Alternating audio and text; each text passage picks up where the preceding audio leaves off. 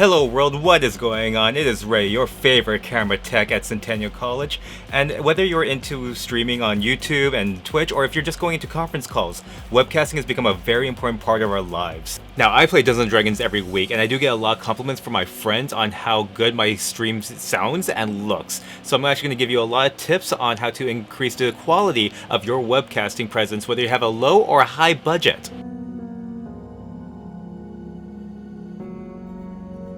Let's start things off by talking about presentation and how to present yourself as a person. Personal hygiene is actually very important when it comes to webcasting, and you should actually make sure that you comb your hair and take a shower and those sort of things that are very normal when it comes to just being out and about in person, even though you are on webcam. Makeup is optional. You don't actually need to wear it, but if you do want to wear it, then that's totally cool. My only suggestion would be to maybe look towards a powder-based foundation because it'll help with the shininess on your face if you're using lighting. Even if you go on Google, you'll find other tips on personal hygiene like, brushing your hair, brushing your teeth, shaving. Another thing I wanted to bring up was clothing choice. So yeah, you don't need to actually wear pants per se, but I do suggest wearing some form of socially acceptable bottoms because we've seen it a lot during the quarantine where people will get up in the middle of a conference or forget to turn their webcam off, and then you just see them in their boxer shorts, and that's not a sight that everyone needs to see. So even if it's sweatpants, it's okay, we get it, you're at home, you don't need to wear jeans or dress pants per se, but wear something. Another thing I wanted to talk about is color choice, because as you can see, I have the long black hair over a black shirt, and I have a bit of a black background, so if you really want to just have a bit of separation, I suggest wearing some color. It will help show off your hair, separate you from the background a bit, and it's not too bad. You can still be metal if you really want to, and wear just a collar shirt over it. The next thing I would like to talk about is camera placement. So it's actually very dangerous for you to put a laptop directly on your lap because they do heat up a fair bit, and they might burn you a little bit, on your thigh. But I also don't recommend using a cushion because the cushion will actually absorb heat and that heat will stay on the computer. Therefore, it won't actually cool off and you might overheat the computer and it may have permanent damage to it. What I can suggest is getting some sort of pad. This will help separate you from your laptop. If it has a hard surface, it'll properly distribute heat. And mine is actually USB powered with fans, so I can keep my laptop cool while it's on my lap without worrying about damaging either myself or my laptop. You also want to be careful when putting your laptop on a table, because it does have a low angle and it has a tendency to shoot up your nose. I don't like this angle, and I don't like the idea that people are looking up my nose. So I suggest getting a box or even a stand up on its own for your laptop. That way you don't have to worry about such a low angle and people looking up your nose. Now, if you're not super happy with the quality coming out of your laptop webcam and you want to buy an external camera, you totally can. I personally use a Logitech webcam. It does 1080p at 60 frames, so it's really good quality and it's a bit of a step up, and mine comes with a cover. Now, if you're feeling real fancy, Canon actually has a new firmware update, so you can use most of their DSLRs as webcams. You just plug it in, you run the software, and then it'll detect your camera as a webcam. But be warned that once your battery for your camera dies, then your webcam just disconnects. So you want to make sure that you have either some way of keeping it plugged in via a DC plug, or maybe even just do short streams, because if you're on Twitch and you want to stream for 4 hours, there's no guarantee your camera will last 4 hours. Now, lighting. Don't have lights or a window behind you if you want people to actually see your face. What happens is the camera will try to adjust for the lighting behind you, and then it will make you a silhouette.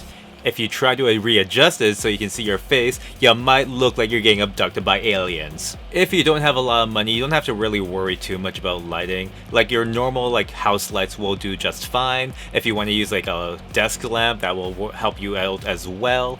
If you want to put a little bit of money in, then yeah, feel free to grab one of these clamp lights. They're pretty cheap and then you can put them anywhere. I would also recommend putting parchment paper on them if you don't have a good place to put them that won't directly blind you. If you want your streaming to actually become more of a production and less of just a hobby sort of a thing, then you do want to invest in really good lighting. My personal thing is LED lights. I own 3 of these. These are the Aperture Amaranth 528s. I personally got the monocolored ones, and I got 3 with light stands and all with batteries, and you can also plug them in, so you don't have to worry about running off of battery life in case you have battery anxiety. So audio is actually the most important part of a call. There's no point in a conference call if no one can actually understand what you are saying. So if you're streaming on a phone, then that's definitely something that you can do. I've made a video on how to film on your phone, and the principles are very much the same. I'll have a description down below so you can check that video out. If you do happen to be working in a very echoey room, then the best thing that you can do for cheap is to throw like blankets around or even clothing.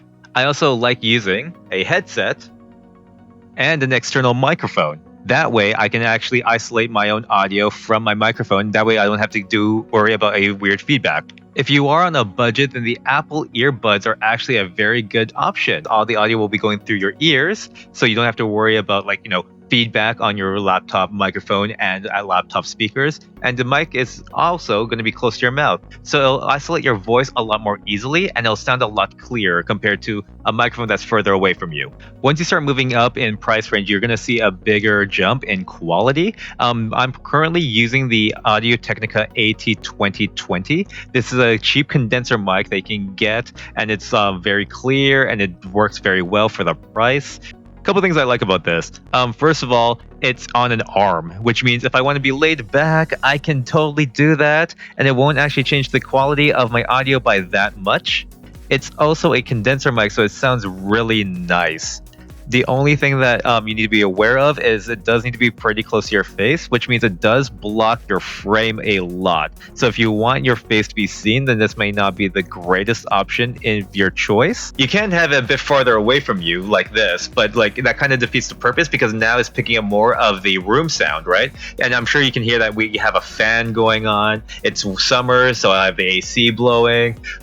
It's better when it's closer to your mouth, but you can use it farther away. This is an XLR microphone, so you definitely need either an interface or a mixer to actually get everything into your computer properly. So my mixer is actually where all the fun begins. I plug my mics all the way up here. I have a thin mix, so I actually have to boost the mids and the lows, and then adjust the volume down here. But the fun part is I actually have the PC and an aux cable going inside of my mixer. That way, everything can be mixed outside of my headphones. But I also do a mix minus. So what that means is whenever I'm on a phone call on the internet, I can actually mix in my microphone. And it is exhausting being this nerdy. I also used to use the Aperture D80 shotgun mic. It's great because it is out of my frame and it does sound very clear, but the only problem is that it is so far away from me that I have to up the sensitivity, so you can hear the fans going on in my room and other things like that. You can take that out in post if you're working on a film, but if you're live streaming, there's not that much you can do about that. So at the end of the day, it's all about preference. I usually use the D80 shotgun 9 times out of 10 when it's not insanely hot. But if I do want to have a laid back kind of a session, or if I'm not using my camera, then I prefer using the AT2020. And those are my personal tips when it comes to webcasting. Do you have any tips of your own when it comes to live streaming? Or do you actually do your live streaming on Twitch or YouTube Live? Let us know in the comment section down below. Also, don't forget to hit the like and subscribe button if you want to see more of your favorite technician. I am Ray. Stay safe, stay sane, and stay creative.